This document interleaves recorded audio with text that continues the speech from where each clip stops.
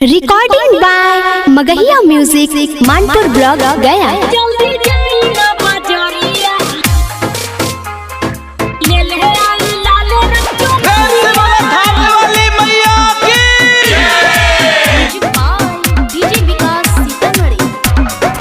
Music by PM Bihari.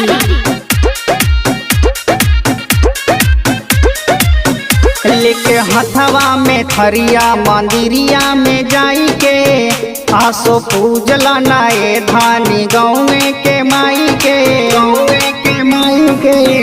लेके हथवा में थरिया मंदिरिया में जाई के आसो पूजला नाए धानी गौवे के माई के।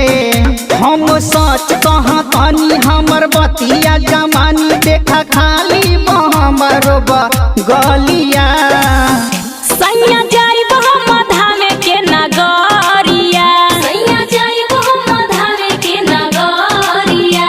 जल्दी जाई ना बजरिया ले ले आई लाल रंग चुनरिया।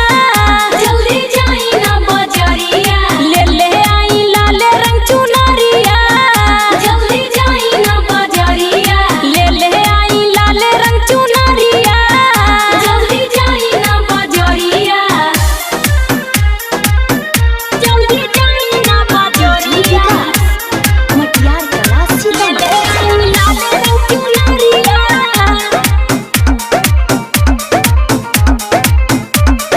कैसे किनाई सुनाए धानी ललकी चुनरिया। एक ताब छैले बा महंगाई देखा पूरा भरिया मैया सुनले बड़ी हमरो पुकार हो, भर देले बड़ी गोदिया हमार हो। फेर सबक मैया नजरिया, फेर सबक मैया नजरिया। जल्दी जाई ना बजरिया ले ले आई लाल रंग चुनरिया। जल्दी जाई ना बजरिया ले ले आई लाल रंग चुनरिया।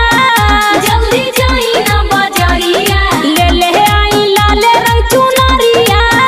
जल्दी जाई ना बजरिया। बोला बोला थाने वाली महारानी